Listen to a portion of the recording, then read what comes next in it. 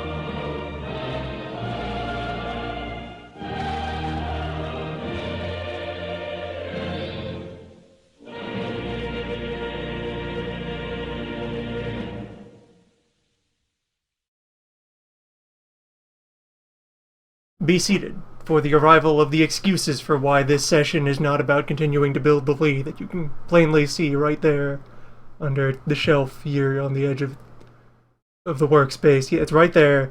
It's there. It's fine. It wants to be finished. However, I am real bad at sorting out logistics out here on the other side of the camera. Often that, and I suppose really all other directions as well, but thematically, stage this way.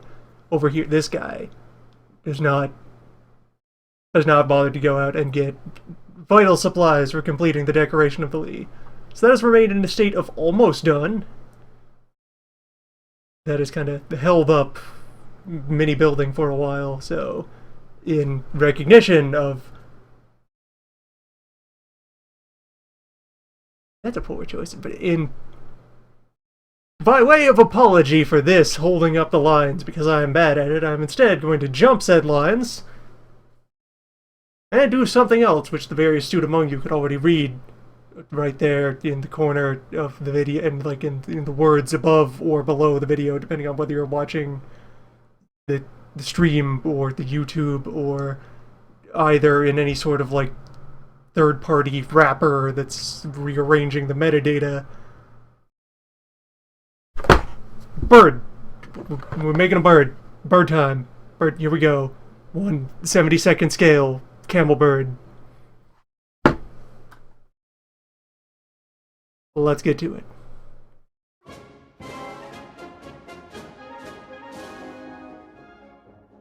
We've arrived in the birding season. So back over here to a Rebel model of a Sopwith F1 Camel, which only very recently did I learn in the process of doing a little bit of cursory things to talk about research. This and many other planes of that generation were never formally called by their common language names. This was a nickname devised by the pilots and the operators and the crews that stuck. On paper, it was only ever the Sopwith F1. The folks at Sopwith and the Royal Flying Corps brass were both equally boring on the subject of these goof-ass birds of, you know, World War, the first one. The Forgotten War. The war to end. Eventually.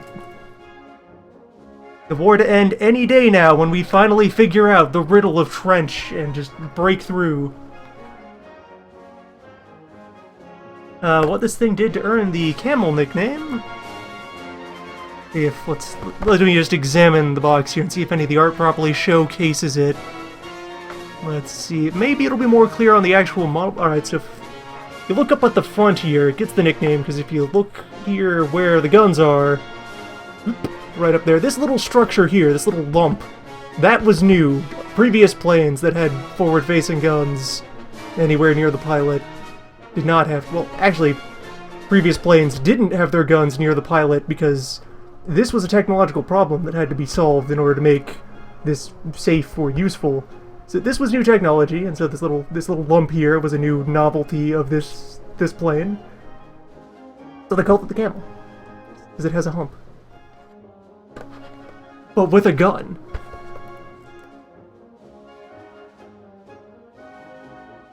The war to end itself, please. What a glorious geopolitical, military-industrial trash fire that First World War was. Glorious. Ah, nice. We get brown plastic to signify the woodenness of the underlying structure. So yeah, this lovely war camel here. This part of, oddly enough, kind of like the tail end, sort of early military aviation. This was one of the tipping points where, or at least part of the generation of the Camel itself was kind of terrible in several ways. It was not well liked. But yeah, it was part of the wave that had a lot of breakthroughs that kind of made fighter aircraft start to be a proper thing. Where, again, you have guns on it that are forward-facing in the middle so that the pilot can aim them easily and have been, like, synchronized up with all the machinery so that they're just shooting directly through the propellers, but just, like, you know, timed so they cut in between the blades. What a work of technology that is. And construction of it, primarily wood and cloth, because those were lightweight enough materials that were affordable enough to make a thing out of at the time. Aluminum refining existed, but aluminum was way too damn expensive to use for an entire airframe. As of that point, let's see, safety advice. There is no need to be safe. World War I, safety is at the back of our minds. It is a long way to workplace safety. So anyway, mostly made of wood and cloth. To be, you know, lightweight, affordable, sporty, economic airframe. That had a couple of consequences, positive and negative, for the performance of the lovely skyboat here. In that, on the one hand, if it, yeah, here's some nice decals here for our eventual application there, just, you know, insignia, color, your various circles, and you back that off a bit, there we go. Various circles, dots, and displays, and emblems. On the one hand, being struck by a bullet pretty much anywhere but the engine or the human wouldn't be noticed by this thing. It's very hard to do secondary damage to wood and cloth. It'll just kind of endure it, unless it gets very thoroughly perforated. Which is not easy to do in you know, your janky proto-birds trying to skirmish with each other. Just kind of eyeballing it. Though, on the other hand, your consequence, a lot of the weight of this aircraft was very concentrated, just right up in the snout. And that's not great for stability, or maneuverability, or human safety. Like, this would very noticeably have, like, the distribution of weight shift between full of fuel and less than full of fuel. Such that safe ways to fly it when you are taking off and heading out on your way to, you know, go have grand aviation adventures over the mud would not hold up so well later. A lot of these would fail to get to where they were going because they would stall on takeoff and just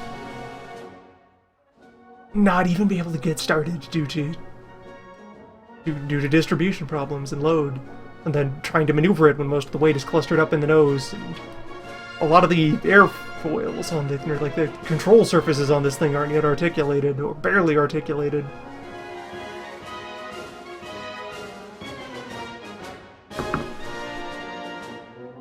It was a time when you had to be less... Yeah, let's flip that around, more adventurous than usual. To be willing to get into one of these monstrosities, these wondrous new constructions, these fighting machines. Let's see, sort myself out here. What is to be built?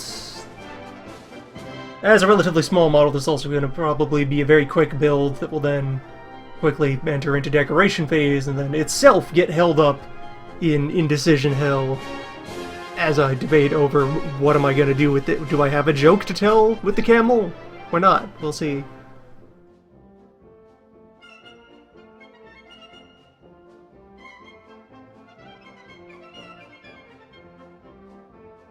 Oh yeah, let's see. Snap fuselage together, entomb pilot inside fuselage in the process. There he is. There is our fine, upstanding chap. Our... Yeah, let's just go. Go ahead. Focus. Focus, camera. Look, object is near you. There he is. That magnificent man and his flying machine.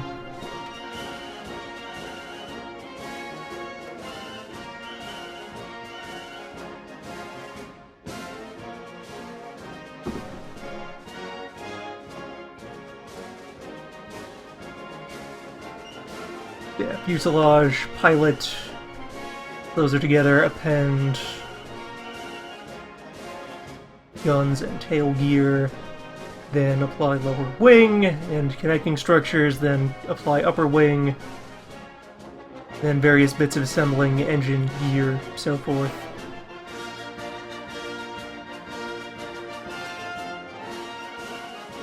You'd also like me to string thread or wire between various parts. Not included. Bring your own wire.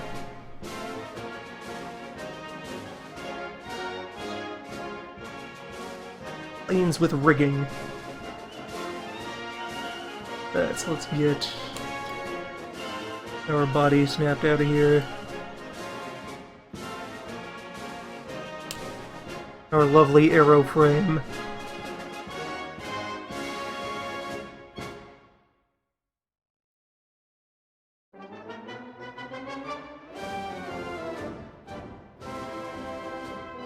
Yeah, there we go. That's it.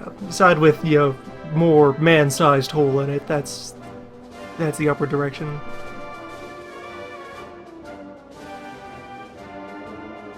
But yeah, this was part of the generation of aircraft that started to get more of the core features of a fight plane together into one bundle. Great War Aviation was a glorious experimental time of this could be useful if we figure it out, but oh god, what are we doing? Help. How should any of this work? We don't know. We are in strange new territory.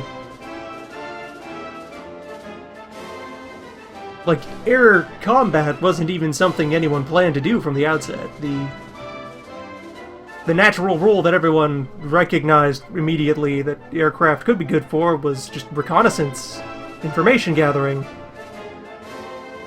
Sort of an extension of previously existing technologies, you know, like, think about a balloon that's like a watchtower that can be as tall as you want. It can go as high up as you have rope to make sure it doesn't wander off. Use that, you know, look great distances and spot armies and look for targets and maneuvers and so forth. So yeah, planes, once they were reliable enough to fly at distance and speed and altitude, it's like, yeah, we could use those to spy on people. Look for the other guys and fight them up. Yeah, this is actually small enough that I can just keep the sprues right here on the yeah, there's enough room for everything. It's not some sprawling monstrosity competing for all of the space. A lot of places that discuss model kits recommend planes of this scale as a good starter thing to get introduced to. I would immediately agree with this. Their appropriate heft and complexity to just be an introduction.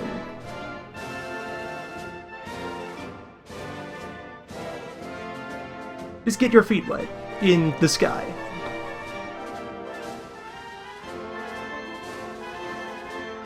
Yeah, aircraft used for reconnaissance, and naturally these planes would be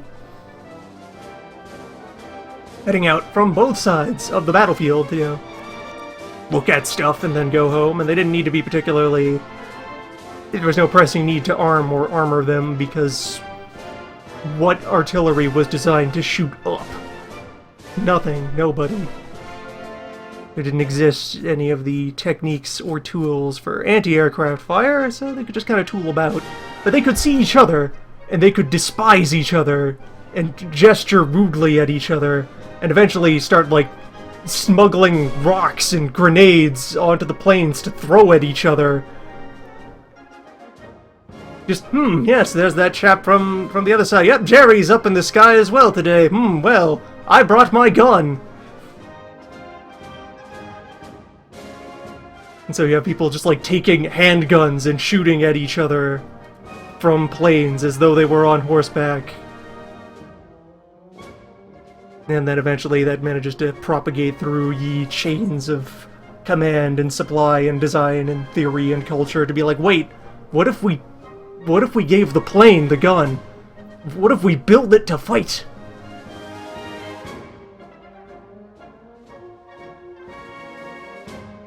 So it would be that you would start sorting out how to give a plane a gun. Which is a harder question than you might think, because naturally as we look at the solution here in the design of the Camel and its capability, yeah, there we go, nice photo there of man with rifle on plane.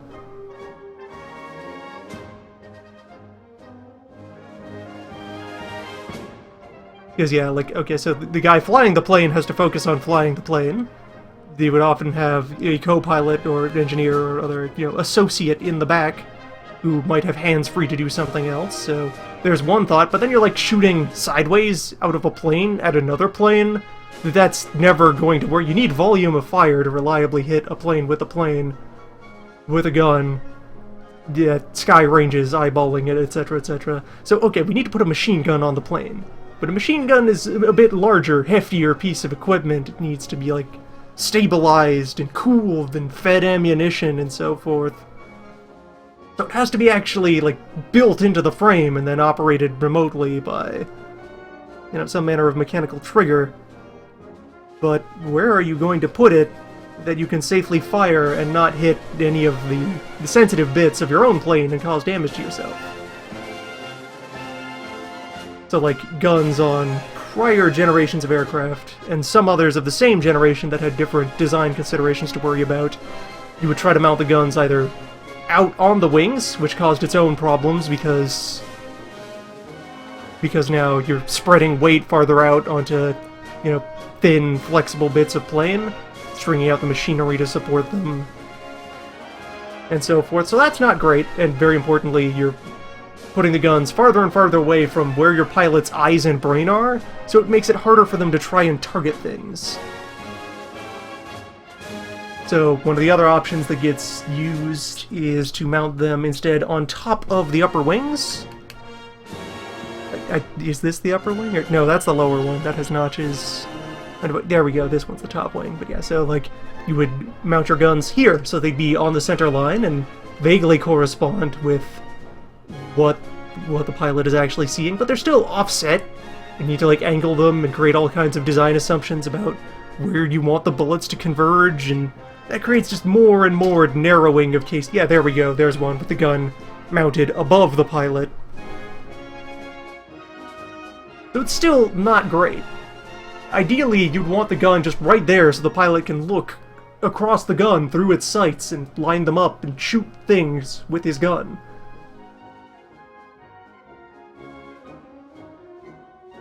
But the problem is, the other thing that's right in front of the pilot's face is the propeller, that thing you need to make the plane go, and would not take kindly to being struck with bullets.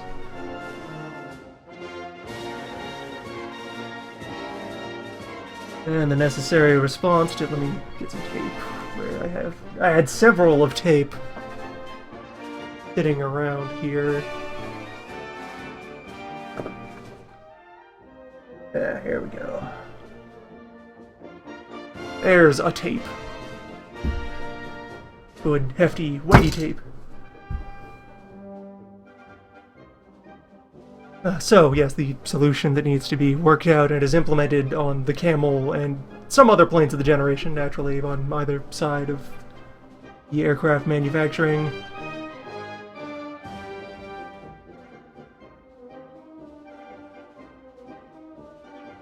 Was to have an elaborate system of mechanisms that synchronize the rotation of the engine and the firing of the guns, interlink all the machinery, so that the gun can only fire when a propeller blade is not in its way.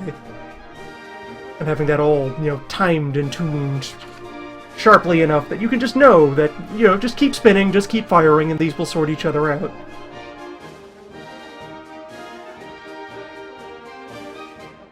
Alright, so... fuselage goes together roughly thusly. Bits of that are a little grody and other a lot. Maybe they're supposed to be asymmetric. I don't like how that front bit there lines up. We'll see though, and importantly, actually do have to entomb the pilot in there. He's load bearing. Just zoom in there. You can see there's some pegs there that are very important for spacing. Those hook directly into the chair.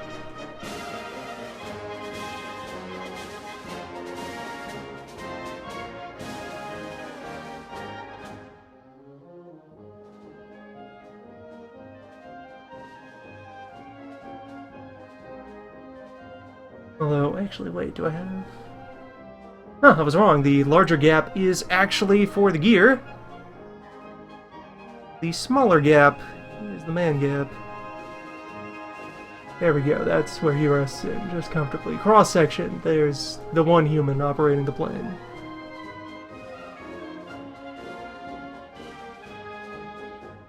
So, just get that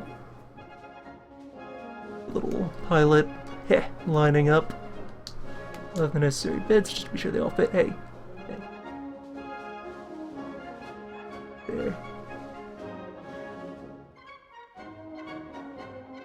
You wander off.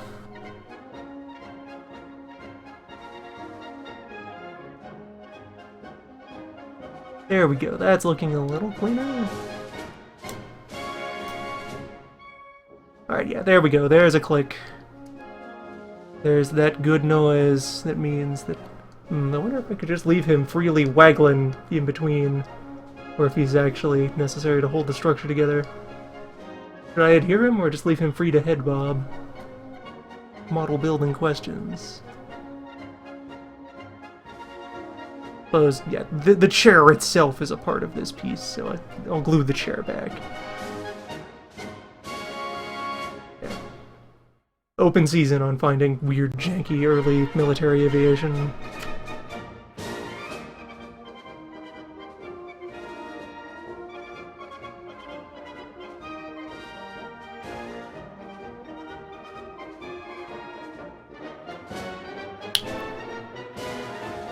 Been a while.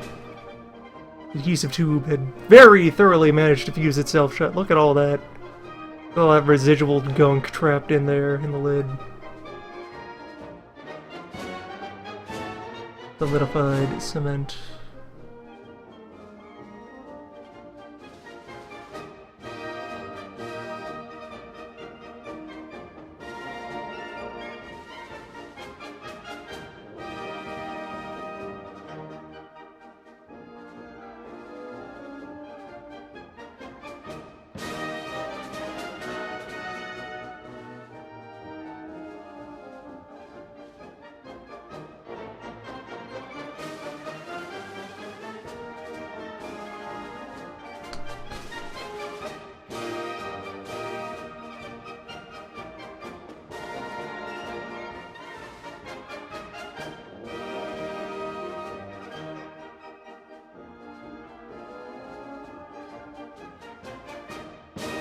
Oh yeah, also still left open, very open at this point, and perhaps for quite a while afterwards, really, perhaps still to some degree unsolved today. The question of how do we accurately drop a bomb from a flying plane at speed and altitude? How does that work? There's a lot of math involved, and then a lot of chaos math involved. You know, the deep math.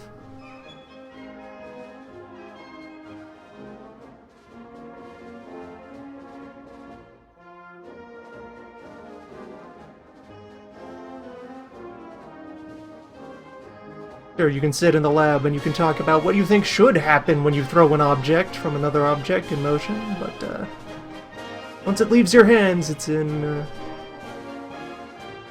up to fate. Blame yourself or Newton for whatever happens next. Alright, so this is very much wanting tape.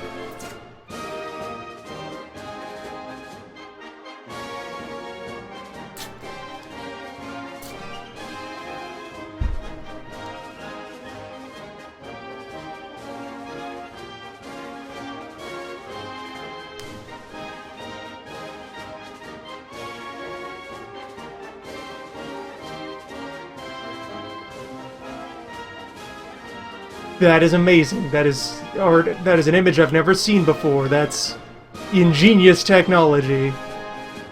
How do we teach someone to do gunnery while in motion? Yeah, perfect.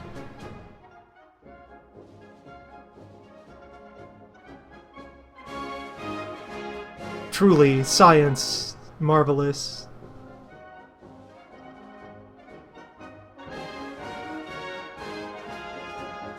Everyone just take a moment to bask in the grim, fatal beauty of all the efforts we put into figuring out how to destroy each other.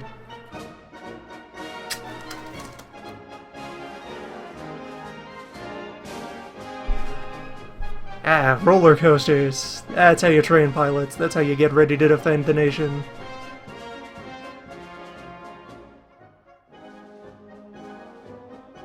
Actually, the one strip is holding this pretty well.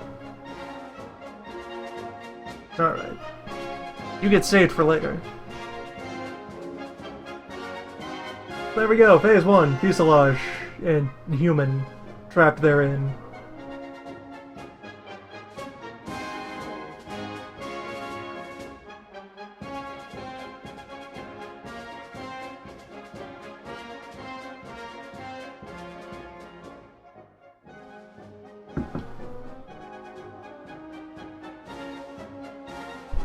Alright, so next up, conveniently, things that I can do without interfering with this tape.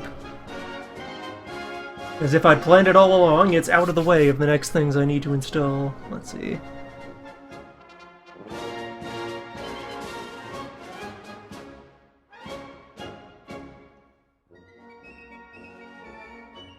Said things being our tail bits. Or control surfaces, where at very least the rudder itself properly functional on this, but these fellows not capable of actually articulating themselves in real time. They were just there for stability. Made things very difficult to have not quite the full suite. You could kind of twist them around, but not really. Let's see, where in all of it? Where is gun? There's gun.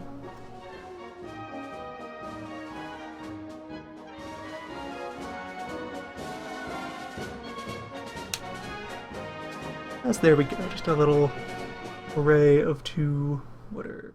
I think this thing used Vickers. Vickers machine guns. I have relevant wiki pages opened behind the scenes. If I just, you know, there's a browser over there on the monitor that's over there. You can see the foot of it here. This is full of data in this direction. Be consulted at any time. What were you armed with, friends?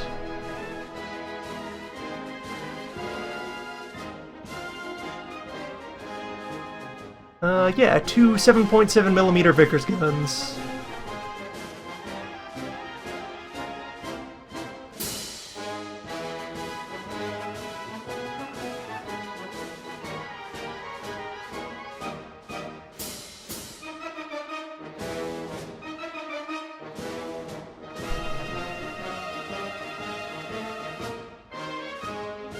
Let's quickly look the part over for things to grind. That smooth finish.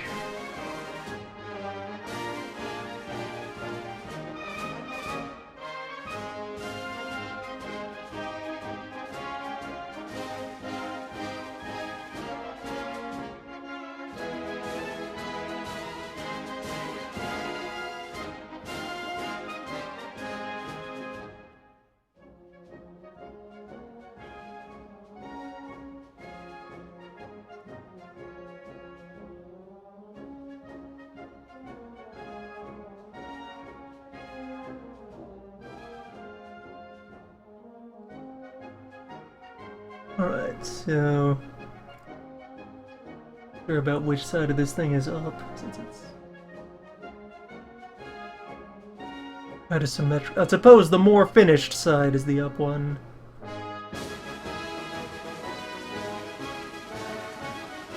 Where that lays on there, and then this little hook on the rudder drives in through those gaps and secures it.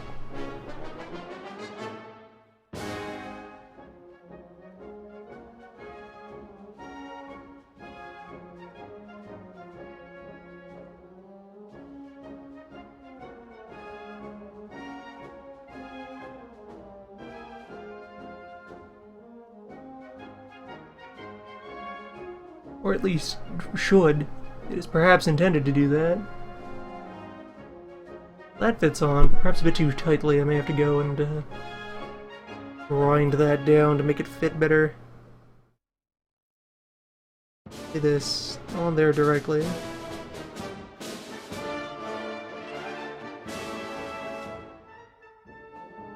Yeah, that's the problem. There's just too tight of a fit between... oh wait, no, there we go.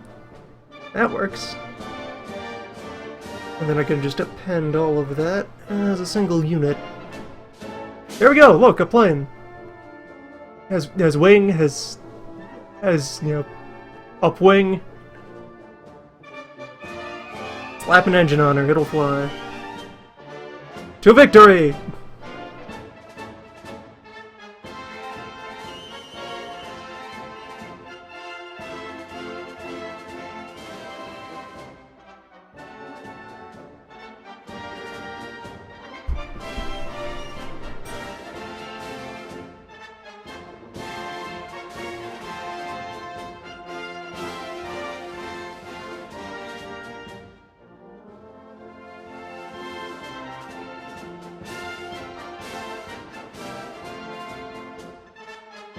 Alright, so our tail is capable of much flexing from its position.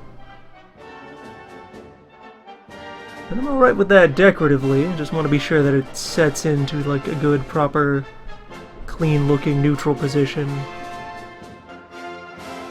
Do not want our plane to end up with the wonk eye.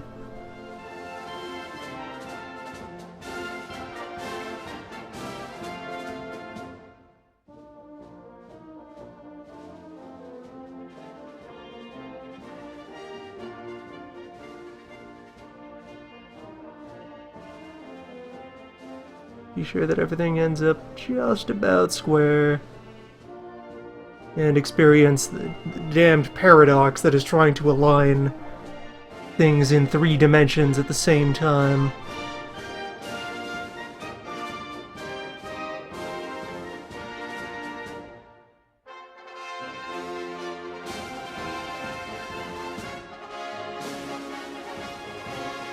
I could just achieve a nice 4D perspective.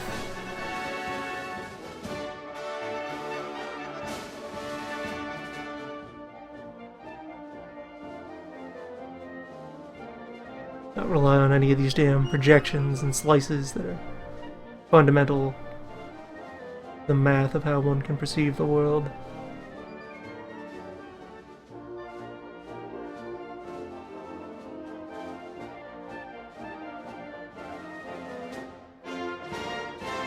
Alright, that's a start. That seems to only be getting worse every time that I nudge it.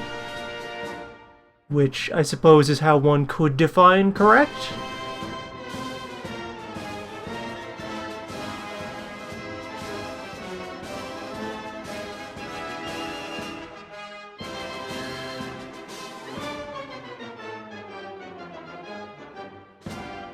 The task is done when there is nothing you could do that wouldn't make it worse. Speaking of, I just now noticed very closely here on the pilot's face, there's a little tag there that I probably should have shaved off of him.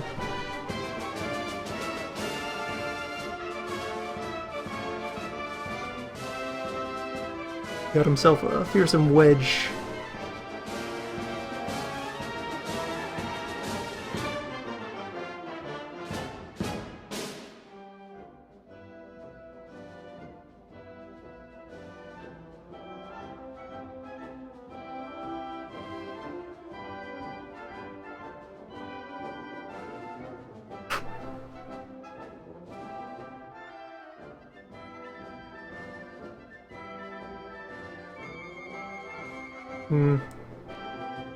It is quite firmly in there. This pilot may just have to have a beak, a face flap. We'll see. I can probably get in there with a knife and try to be more precise about the carving. Although that's something I'd probably want to do before finishing with the guns. Those are going to be right up in his face. They live right here. Very comfortably and snugly into that forward notch.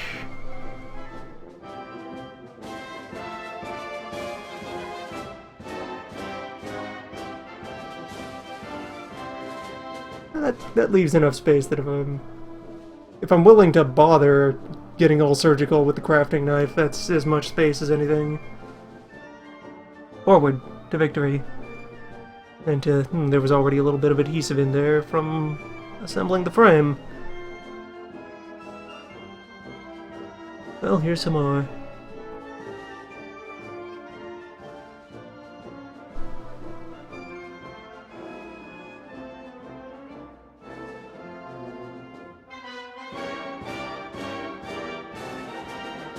Let me just be very sure about which part of these is supposed to face outward.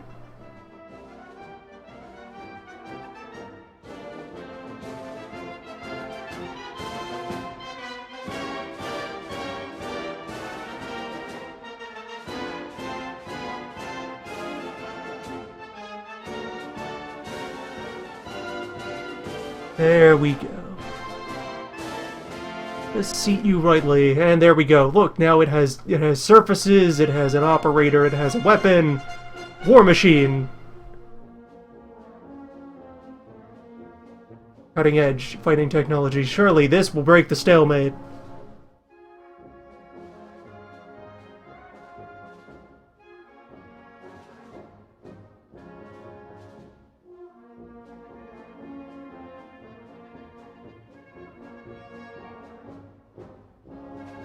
See. Finally confirm which wing is which by consulting D numbers here. Yes, part number 10 is the lower wing, and part number 14 is the upper wing. So this is underwing. The lower one. They actually had slightly different geometries. Not all wings were made equal. Simplifies construction. Oddly enough, like it's a matter of one of the wings has a bunch of like fancier angling stuff in it for precise performance, geometry, shenanigans. To the degree that they were understood or have ever been understood, fluid mechanics is hell.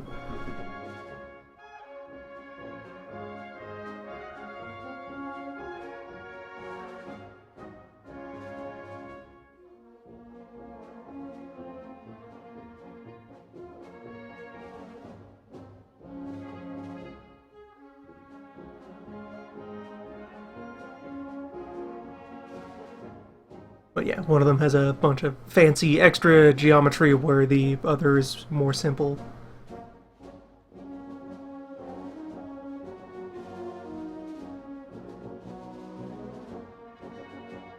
Good to know that airborne ammunition was as improvised and janky as shipboard ammunition was deep in the Wood Age. Every field of war had, like, its experimental period where no one knew what the hell would work, and so they just tried things.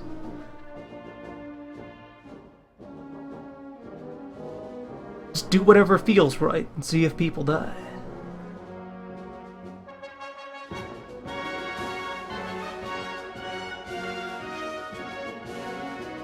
That's how we fight.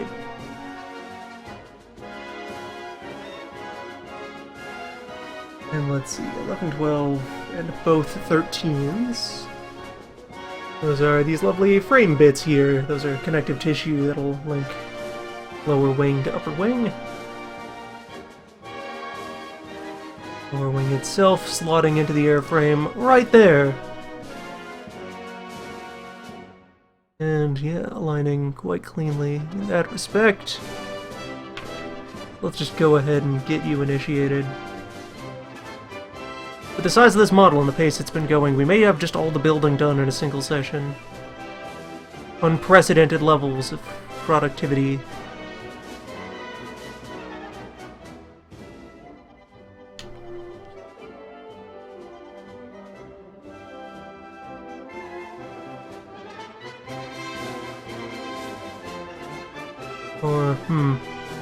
Alright, the shape of all of that means that this isn't actually making contact with the adhesive anywhere that I put it.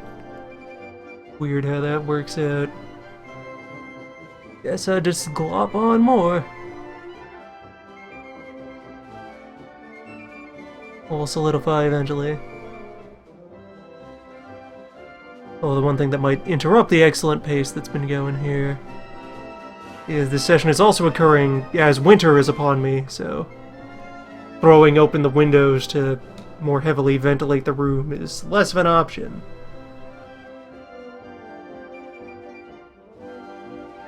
Come on. Come on. Come on, just get in there.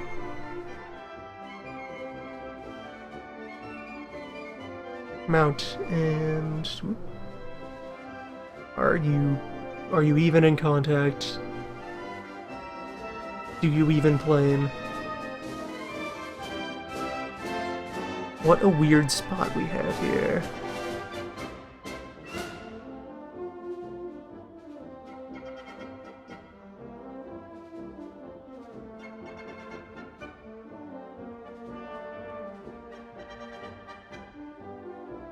Get more hands-on with the adhesive. I can always sand off any excess that's ending up just on a glop on the surface.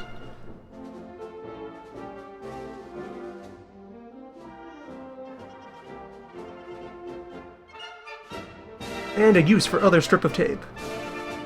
Nothing wasted. There's a war on, you know.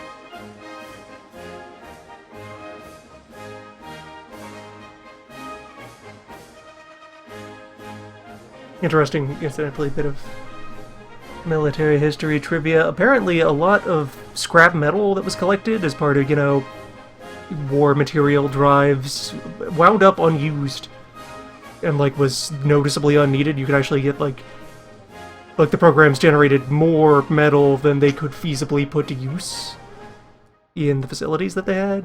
Like, get refineries well filled to capacity, but they kept gathering it anyway because it was good for morale and good for maintaining a sense of urgency and focus and importance.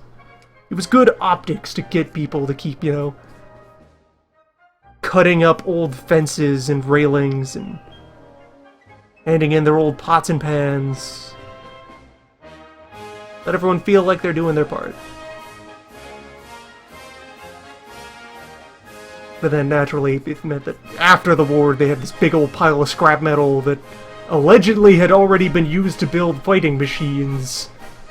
And if they then did anything else with it, it would mean admitting that most of the donations were unnecessary.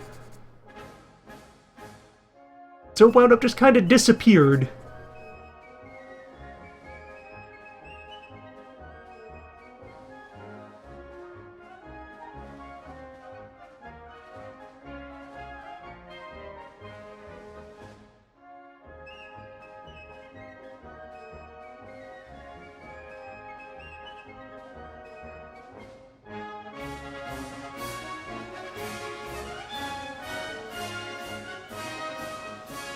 And yet, so much about the actual fighting part of World War I was the process of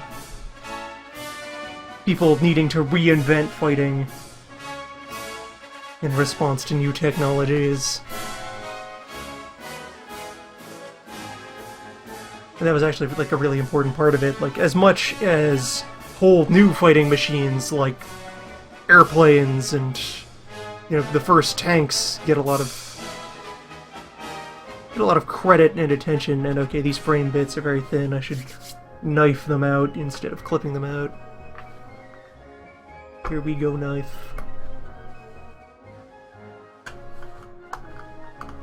As much as they get a lot of credit for being shiny new fighting machines that would eventually change the face of warfare, within the scope of the First World War, they didn't really mature to the point where they were doing a lot of strategic heavy lifting. Really, the big thing that had to change was strategy coming to grips with the tools that were already available at the start of the war, but just were being used based on out-of-date assumptions. Where, like, for example, the biggest killer on battlefields of the time remained just artillery shells.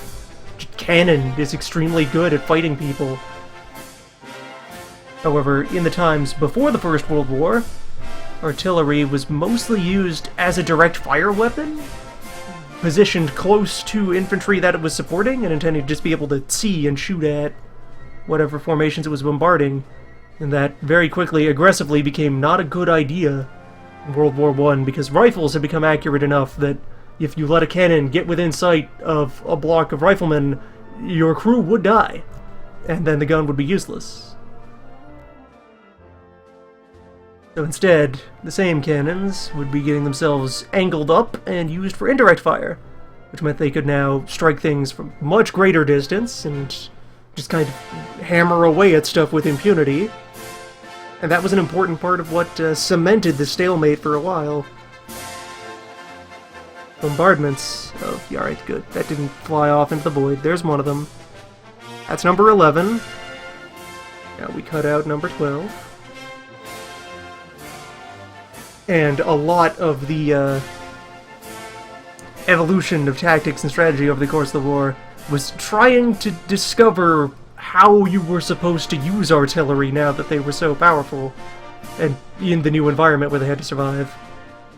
Where you had a cycle of things getting bogged down in the trenches, and the trenchmen staring at each other from across the no-man land and so forth. And then you have the idea emerge of, okay, what if we just throw so much cannon fire at an enemy fortification that we just delete it from the map, just wipe it off the face of the earth, the sheer volume of fire. And it turned out that, one, this was hideously expensive to try and throw that much bomb at a target. That was just too much.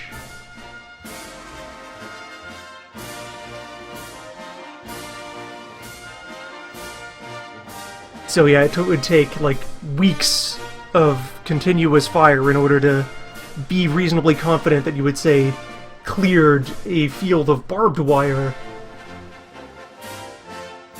to a satisfactory degree just by sheer statistics of cannon shells falling on it.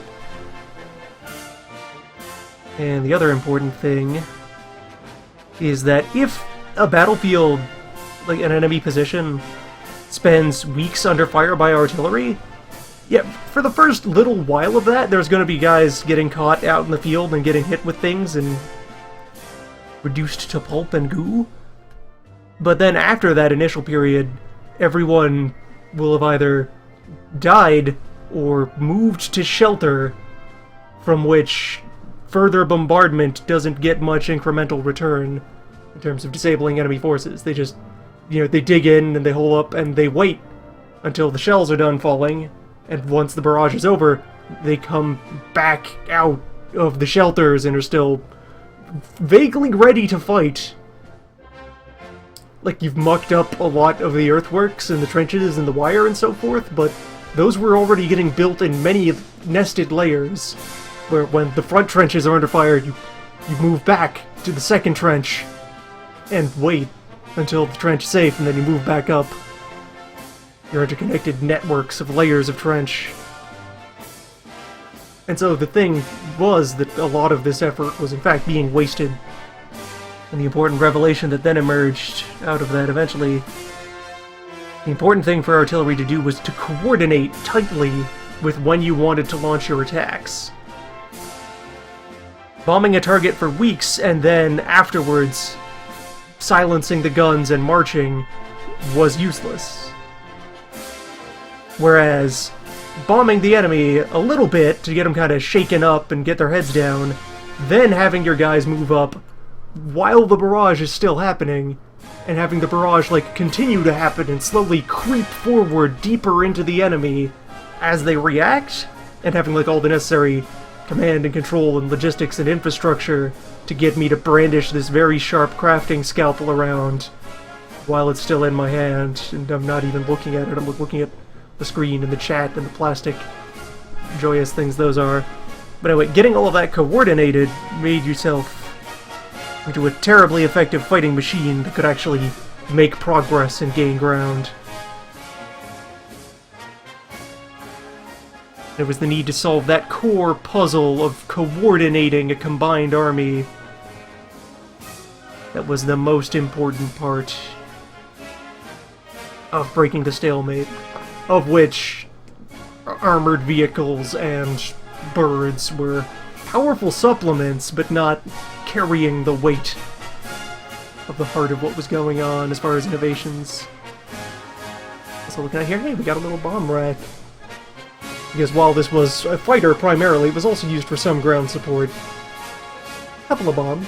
Just a few, if you see anywhere from 1 to 4 guys that you think deserve the smack on the noggin while you're out there, here they are.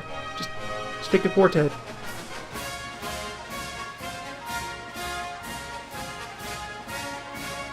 Alright, knife goes away for now.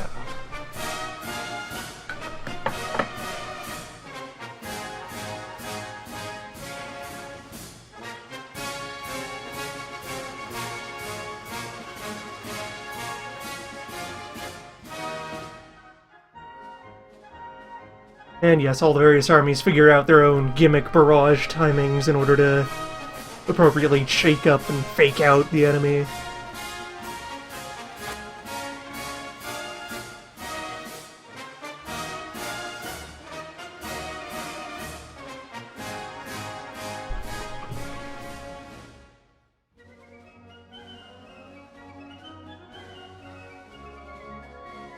Alright, so these fellows... These mount in to these sides of the cockpit there. These two hook in along the wings, I believe. Or wait, there's something...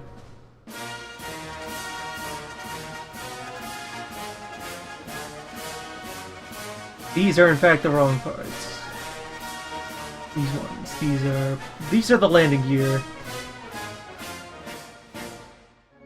Set those aside for later. What I actually wanted for this bit were these more square bits here. Those are for holding up the wings. Means the knife comes back out.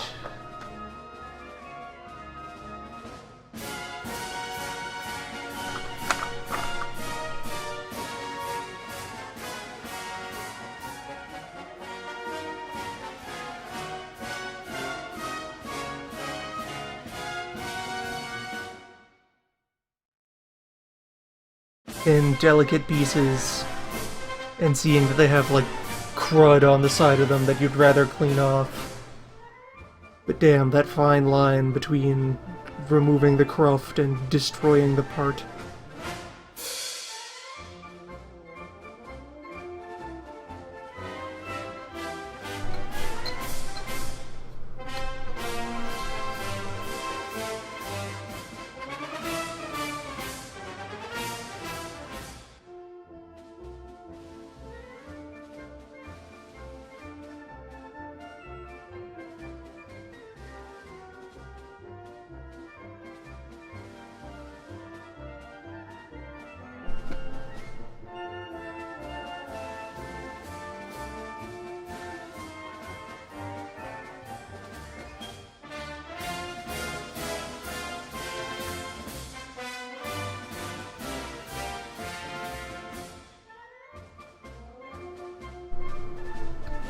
And yeah, just all across World War I, it features things that made their debut there, but wouldn't really achieve their true power until the sequel.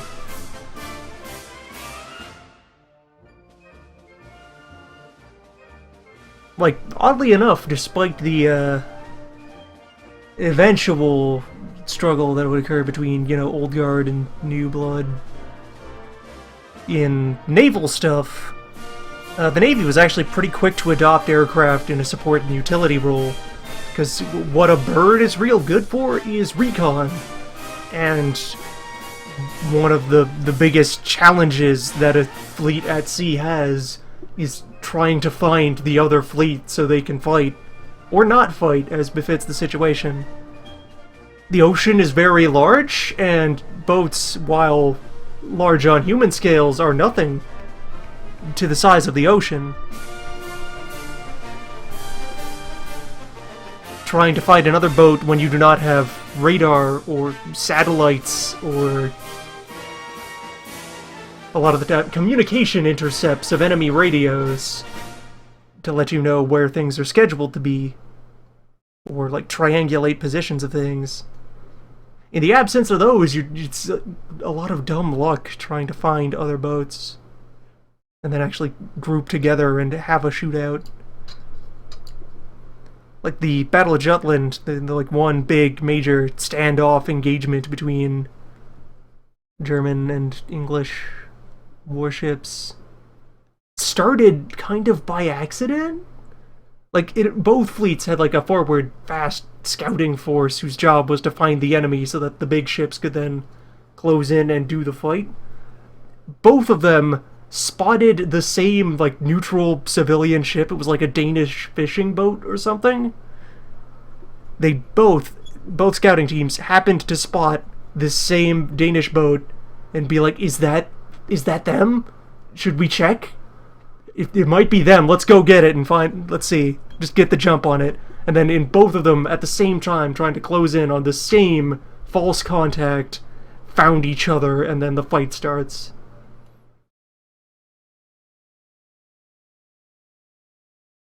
And speaking of, that block of music has ended, so let me just... I would hunt down a fresh one, but there's actually a lot of... well, maybe this one will hold them. Well, no, that's...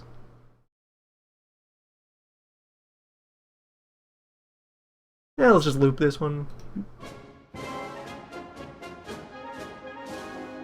Yeah, a bunch of other collections of British patriotic music have, like, content matching gaps in them, where audio has been silenced.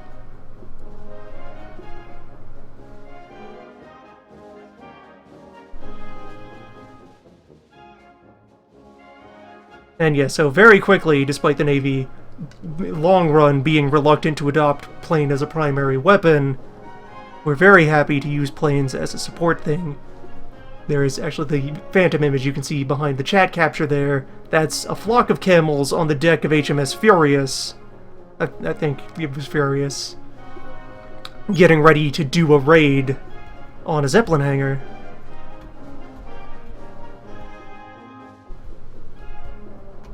Where very quickly they figured out ways to put birds on boats, and also the development of the seaplane occurred relatively quickly, of just You know, all the wheels are garbage. Why should we have wheels on a plane? Why launch planes from land? Just make a boat that can fly. Just a tiny one. So, seaplanes were developed quickly and widely used as a lovely utility thing.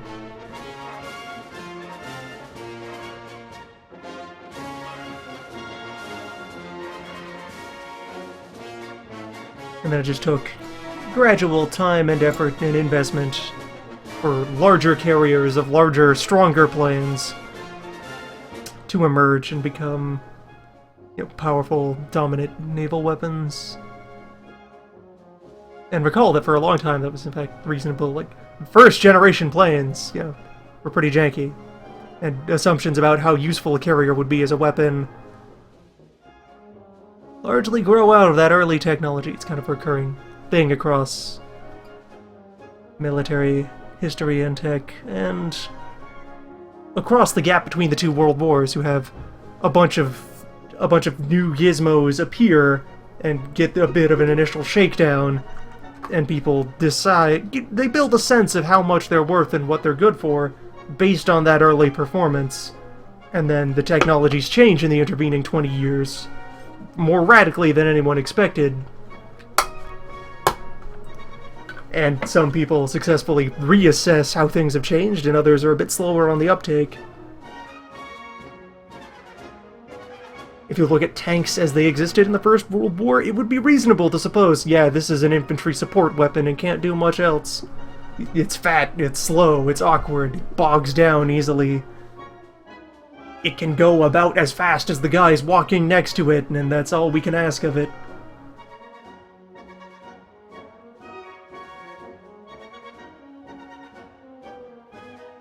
And actually, radio was a big game changer for everything involved. And was one of the core things of, again, not the quality of the weapons themselves, but the ability to coordinate them on a large scale that makes a big difference.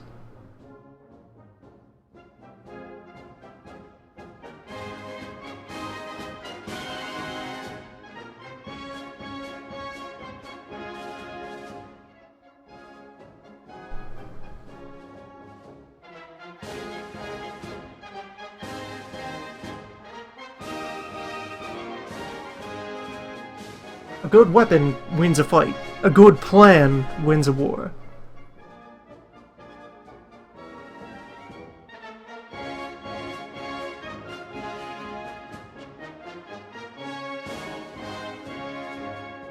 It takes an economy to build an empire, to destroy an empire. Build one empire by destroying another. Recycle your empires.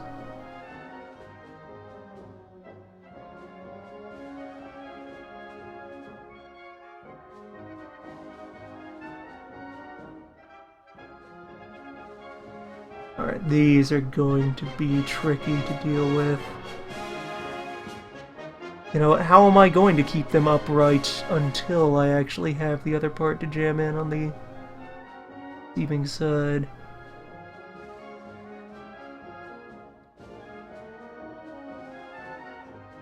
So these might not even fit comfortably without a lot of shaving down their side bits.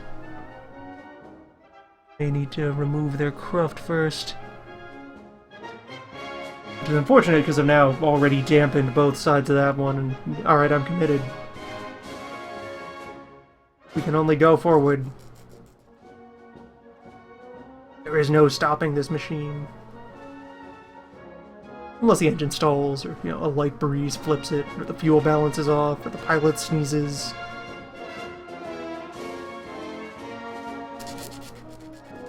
If it's just a bit too cold today and something doesn't lubricate right.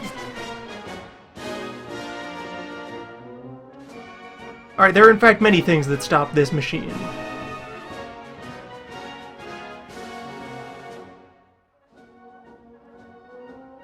Perhaps there's nothing starting this machine, that's the problem.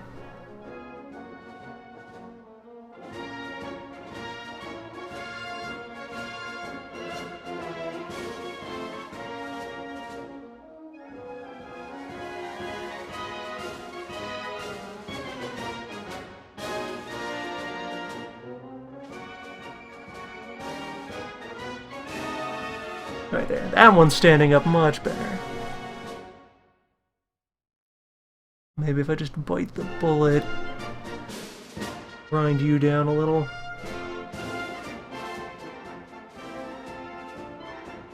Grind through the goo. Not pleasant, but it works.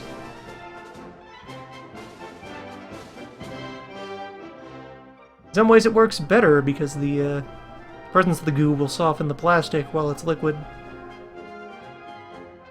It unwinds all the polymers.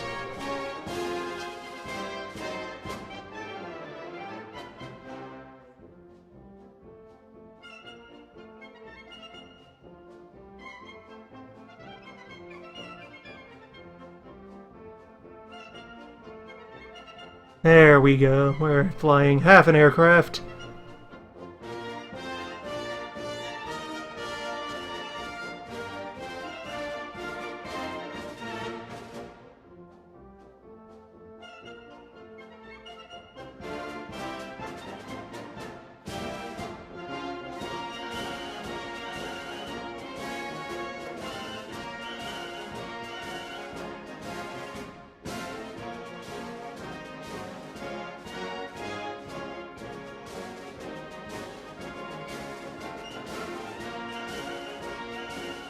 Alright, this is a use case where I'd rather administer the goo to the new part than to the body.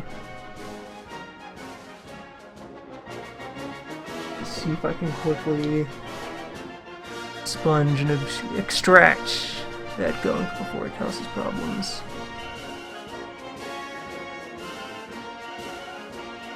I have no time for problem gunk.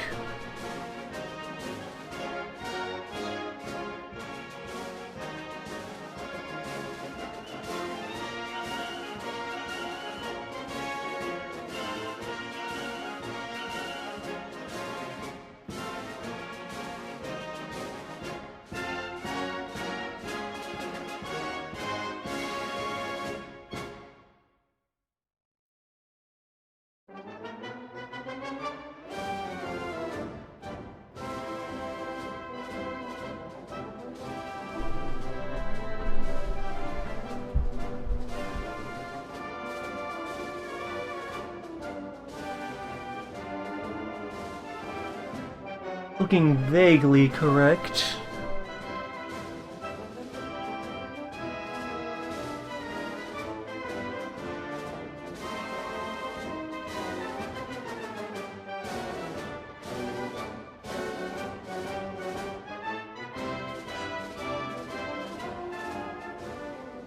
Come on, hook in.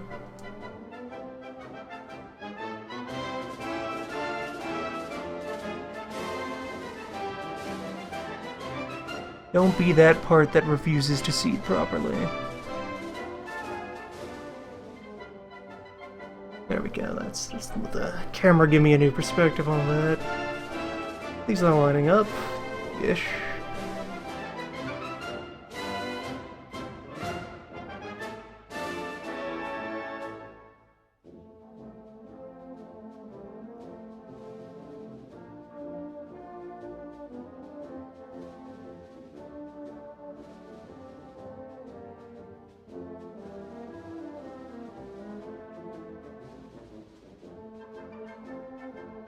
And yeah, it is quite reasonably warning.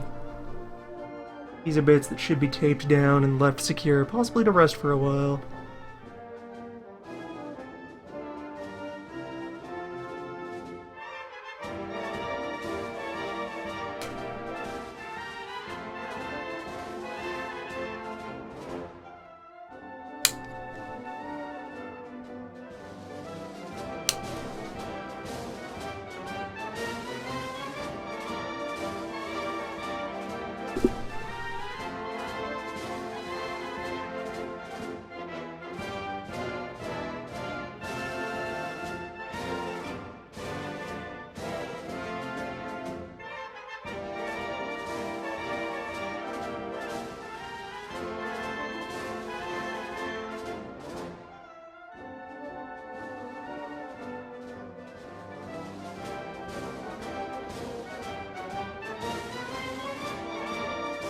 Got some powerful guts on that tank.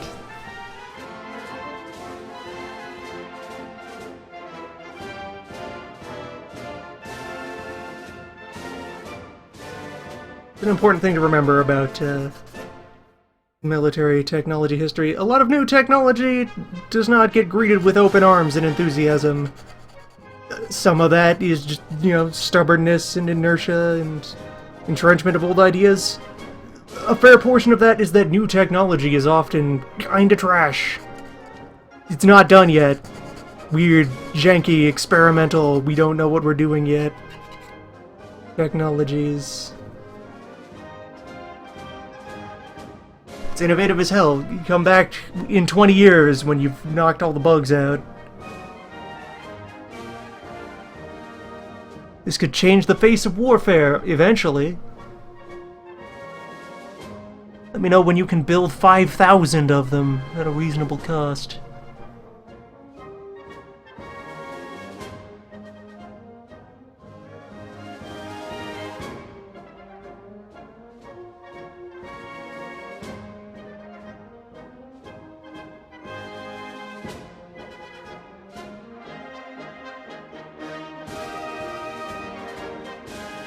Hell yes, welcome back, Tank Orb. There's the future fighting machine of tomorrow. A bit much goo in these, actually. Thin that out.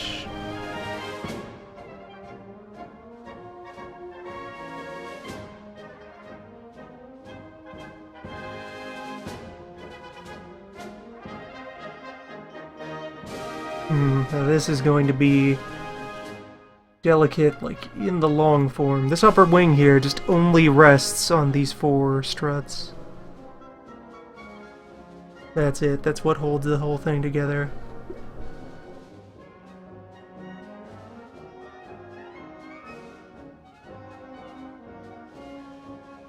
Gotta guide all of them in there and get them to cement. Then, henceforth, handle the plane, knowing how delicate these bits are. Unless something else is going to get slammed in there to steady the wing down the line. It doesn't look like that's the case. It's just going to be this level. Who knows? Maybe 4 tiny, spindly arms will add up to 1 strong arm. All the places where the plane is likely to develop wonk, here we are, we've arrived. This is the wonk capital.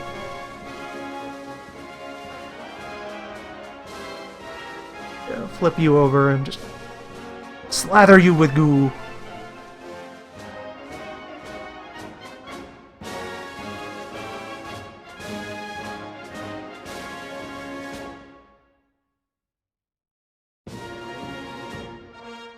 Just pour enough new material in there. That'll make up for it, right? We'll just cement the whole thing together.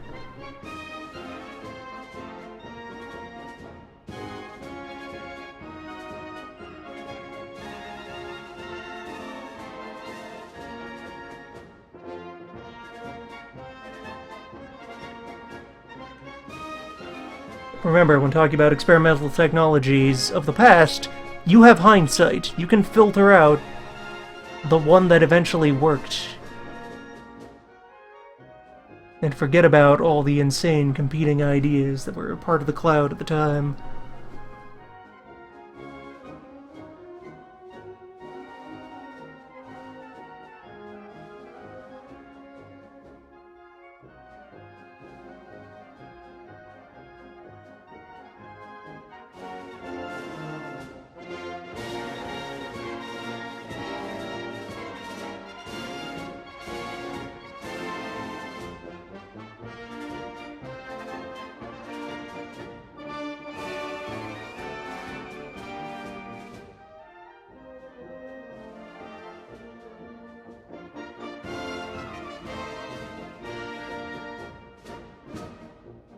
Alright, that feels close to where it should be. Let's see, yeah, just y'all a chance to look in there in detail of how all these struts are resting in. They are barely there, though. There's tenuously... These are the wing portion of the wing and a prayer. Prayer in liquid form there, fused in between. You can see the gloss there, the magnitude of glue I'm employing to just hopefully hedge bets and have these be vaguely secure. I just lay this side on there, you can see. That is not at all flat. That is going to be relying a lot on external support. And the process of moving it up there to show to all of you has already dislodged it. This is, this is precarious. And... Alright, you know what? Pull out of that. Let's reassess. Do a little bit of grinding off of these upper sides.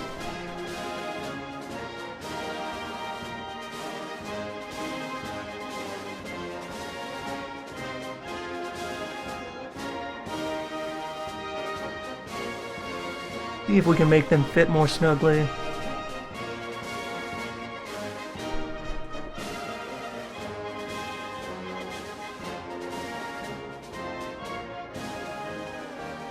Middle ones were behaving fine. They're quite properly shaped. It's just these outer struts, the heavier ones. Those are the problem.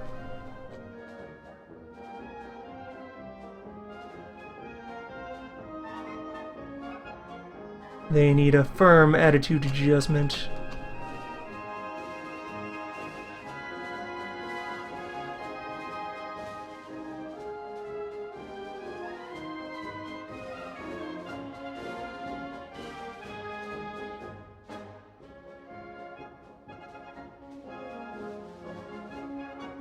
Alright, here we go, round 2.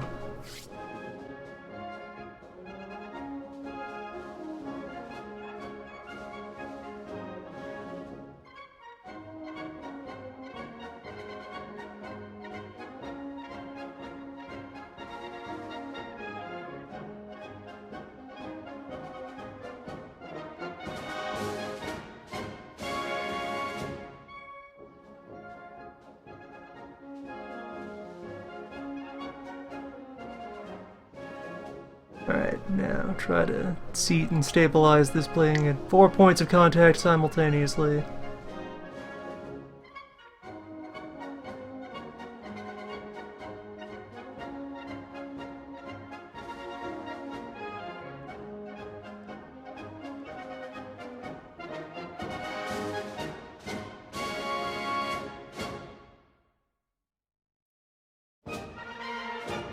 That's looking a bit more cooperative.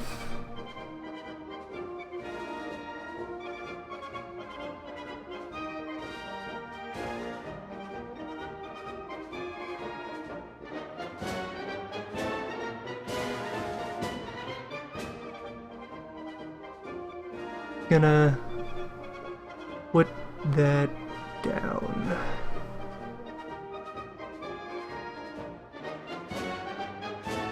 That should be given a chance to solidify more proper-like, and then I can adjust further from there.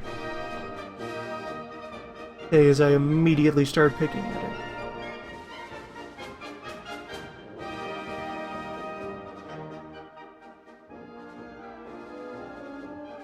Kind of a fundamental problem where the underside of the wing is curved, the tops of the struts are not.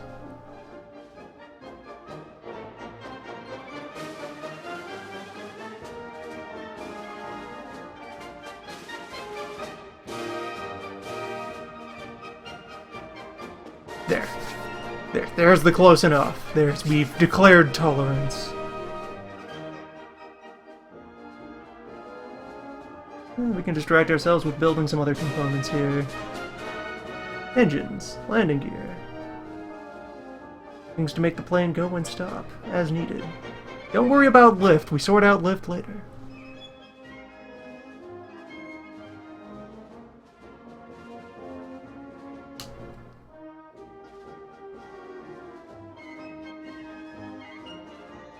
Well, there's our engine casing.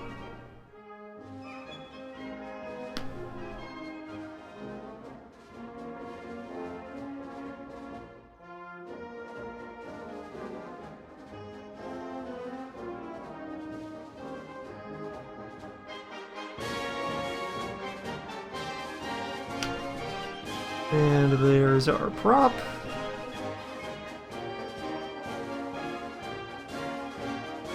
And there's a little receiving bit. But here's piece 9.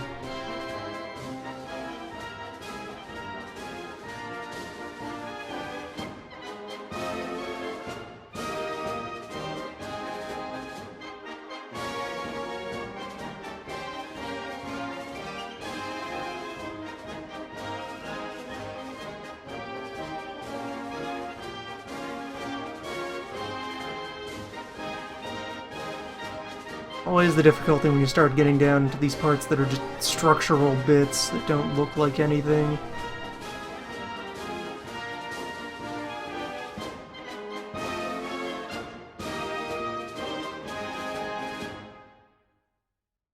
Bits that would perhaps be indistinguishable from just more sprue. But no, trust us, this one's part of the plane. This belongs.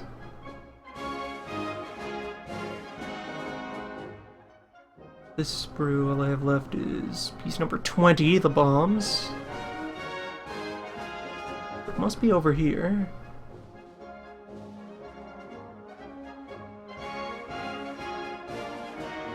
Right, it looks like this. This lump over here. This is part 9.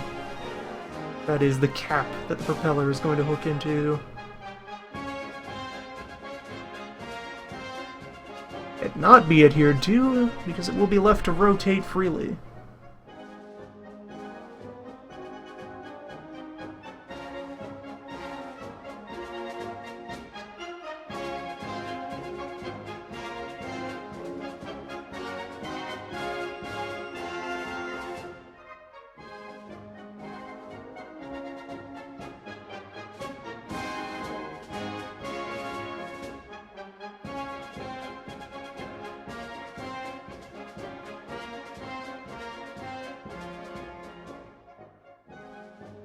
Yeah, in particular, so earlier remarks about technology and jankishness and early generations of tech being, you know, probably worse than the things that follow them. Just controversial opinion there. Many kinds of device improve over time.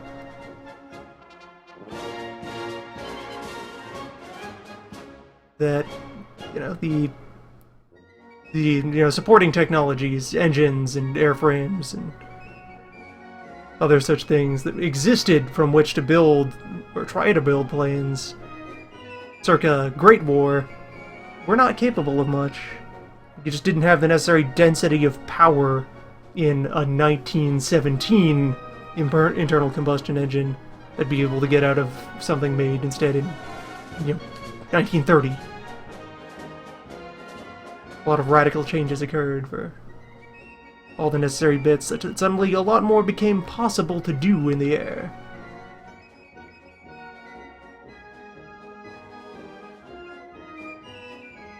In the air, or on the land, or at sea.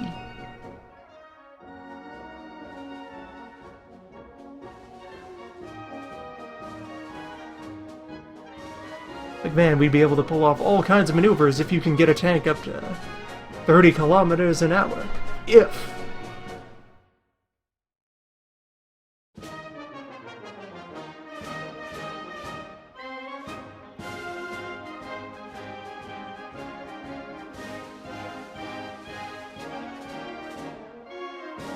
Alright, let's see if I can snap you in here.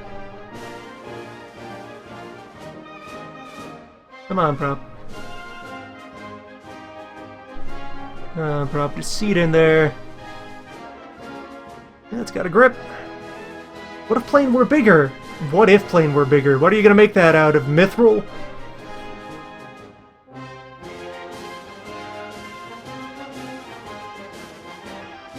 Build your 4-engine super airframe out of hopes and dreams.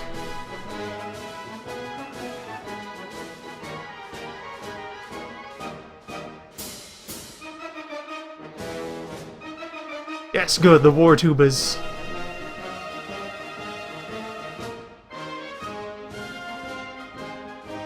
And yeah, interestingly, so a lot of things that would become a bigger deal in the Second World War, both like technologically, also strategically, would repeat themselves. They would be kind of given test runs, pilot projects in War the First.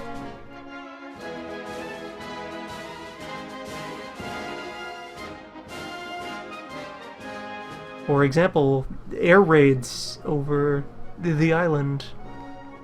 It's like, hey, we can't get boats through their boats, but they don't have boats in the sky.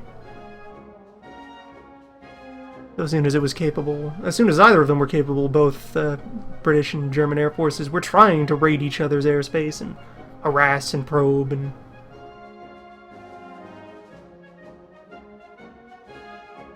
perform day and night raids, all sorts. It's just, they were occurring on smaller scales.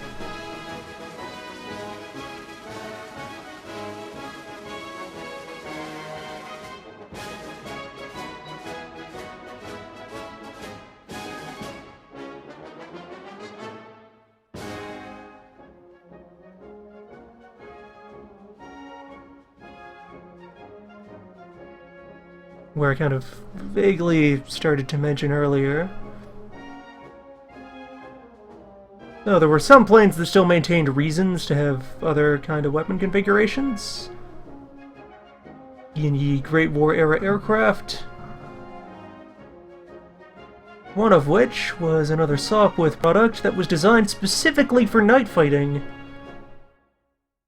Wherein they would, even though the technology had been solved for how to mount guns at the front on the nose, where the pilot can look at them, and now you can look at them and see our pilot there and his wonderful flying machine, and all of its grand synchronization and elaborate gizmos. So despite that being possible, for the night fighter, the guns were still mounted up here in, you know, those two notches you can see there in the wing. Not that we have anything to put in those on our Camel here, but they would be mounted up there anyway, because what would happen if you tried to use guns like this at night? The muzzle flash from these guns on the eyes of your night-adapted pilot who's trying to struggle to see tiny blips of maybe light by moonlight and so forth, they would blind him and disorient him, and that would be terrible. And, you know, kind of undermine the whole purpose of having a human operate a machine if they cannot see and instead slam it into the ground, rather than continuing to fight effectively. So they had to put the guns back up here, just out of that technological limitation of their being aimed directly with the pilot's eyes, and they're right there in front of him, just right there, open air, nothing between them.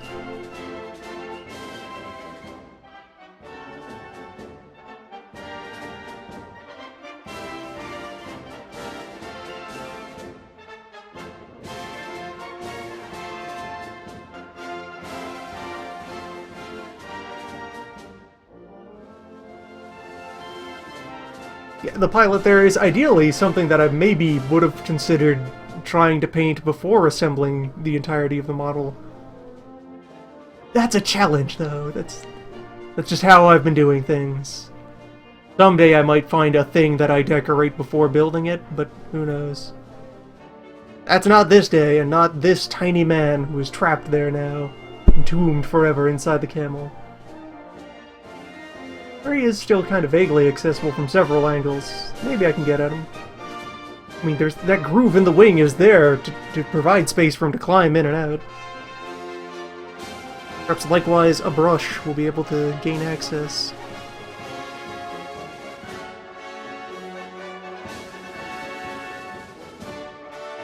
Oh wait, is that the problem?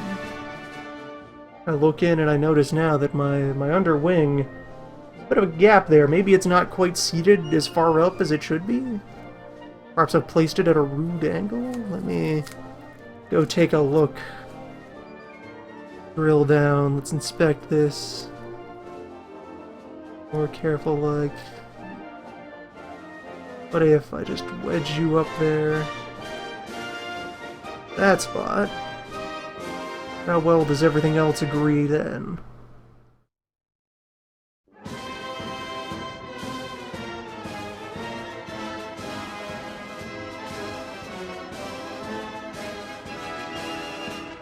Alright, everything is complicating itself rapidly. as proper for a war machine. Alright, let's see if I can refile.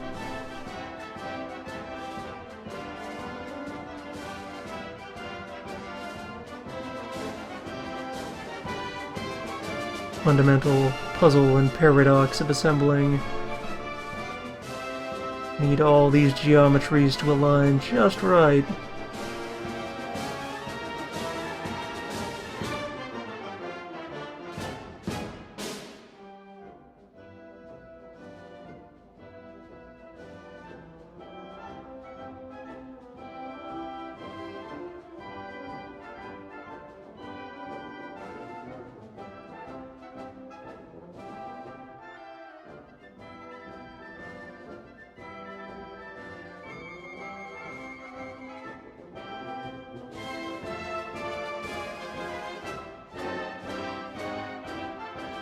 Alright, that seems like it's fitting together better now. A little, maybe it's just a case of the upper struts having gooified enough to just sort of fuse.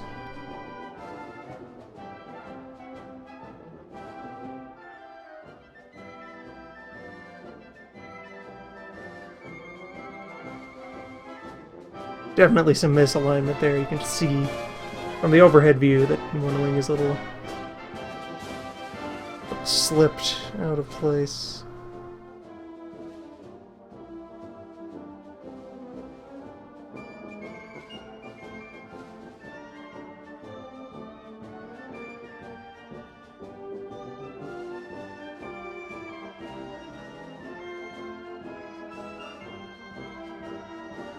Alright, putting it back.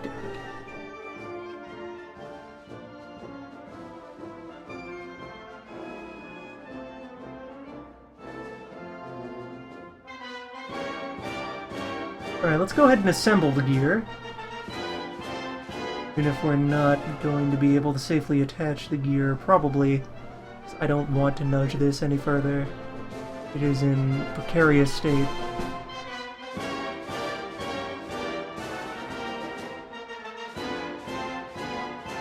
You know, I can build it.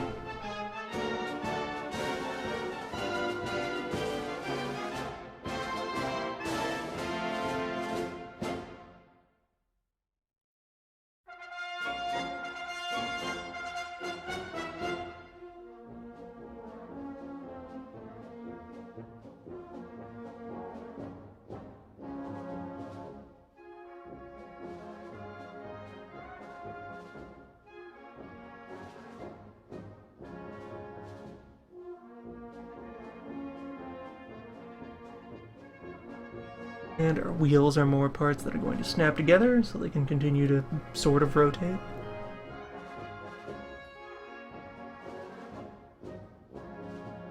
And it looks like they represent the last of the parts off of this sprue. It's clean now. It's gone. Nothing but structural plastic. And with that in mind, I may as well just clip the bomb rack off of the other one.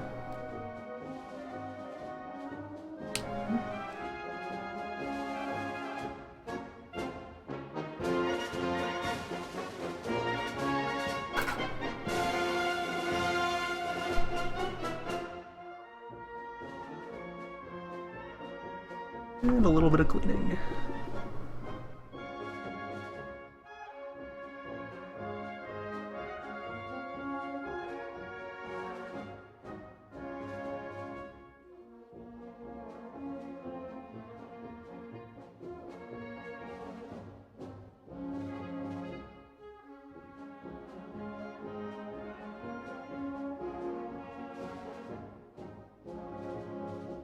There we go, that's a reconnaissance tool.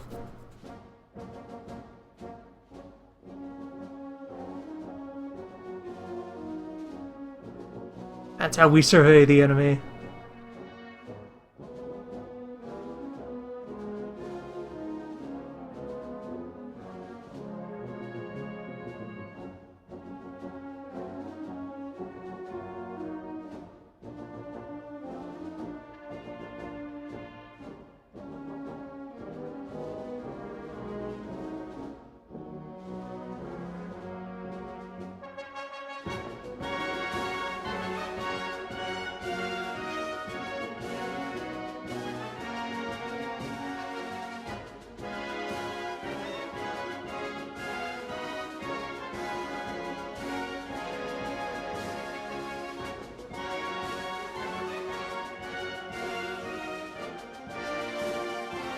Alright, so two phases of this. First, I glue this lovely axle here onto the frame for the wheels.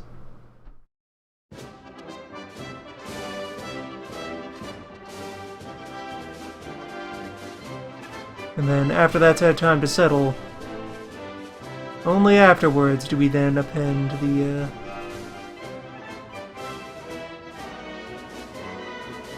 wheels onto the ends, non-adhesively.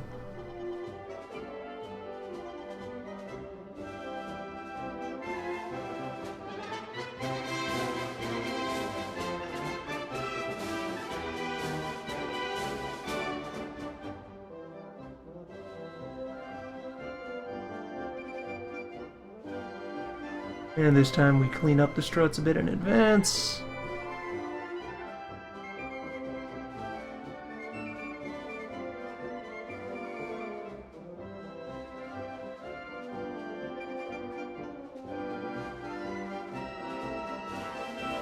Hopefully preempting those future difficulties if used onto the frame.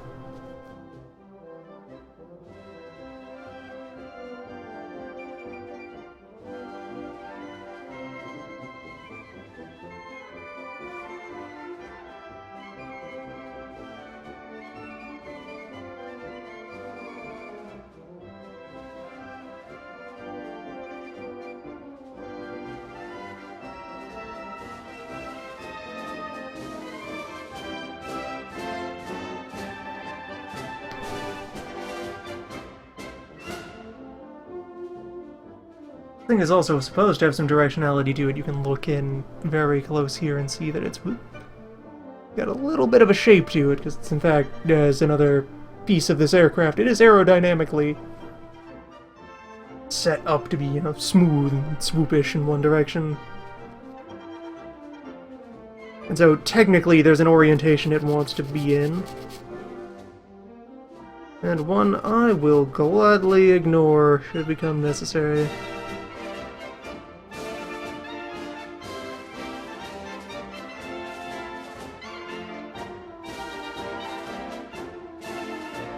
Oh yeah, bicycle cavalry.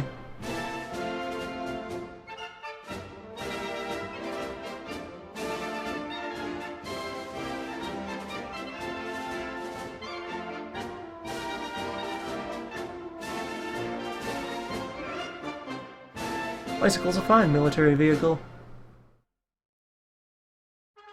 Adequate speed, low maintenance, human powered.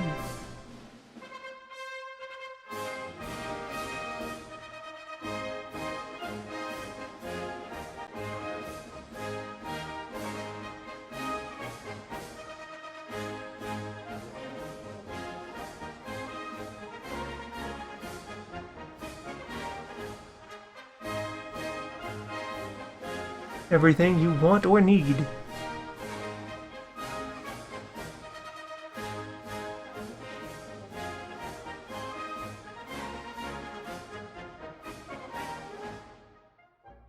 Alright, yeah, as anticipated, this is going to be terribly awkward, because we have these two very thin bits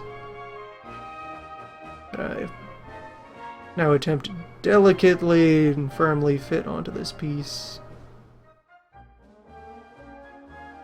such that they will still effectively, you know, grip onto and adhere to the parts where they're eventually going to, you know, snag their way onto the underside of the... Whoop, there we go. Snag their way onto the underside of the plane.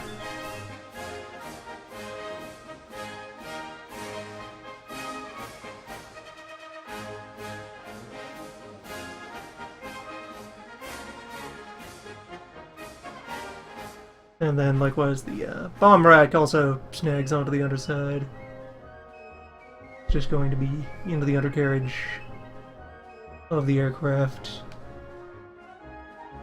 Which, at this point, means that we have... Yeah, we've largely built it. Here it is. There's the Camel.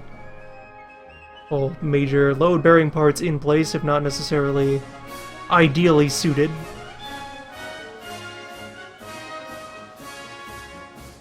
Looks like the alignment on the wings got a little better after that last round of nudging.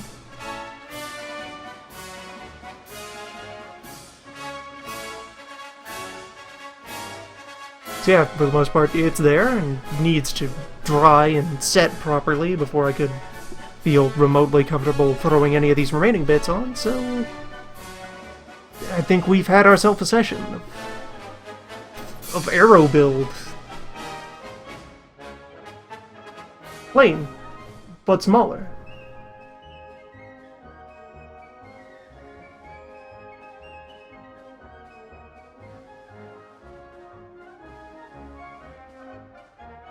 Also, interestingly, a lot of aircraft models are at 1/72 scale, including the other plane models that I have in my current stockpile backlog of other things. So once more than one of those are built, they will be appropriately sized next to each other.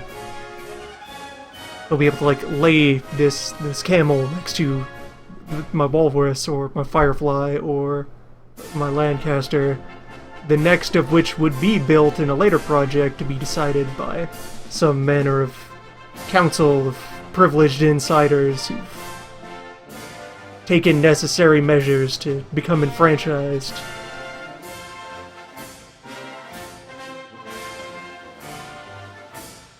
Any one of whom could end up as some sort of eventual destination for this and other tiny planes.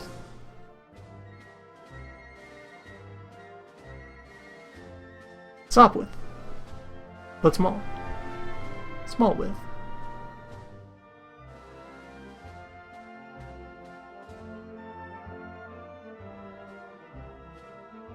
Bicycle with a gun.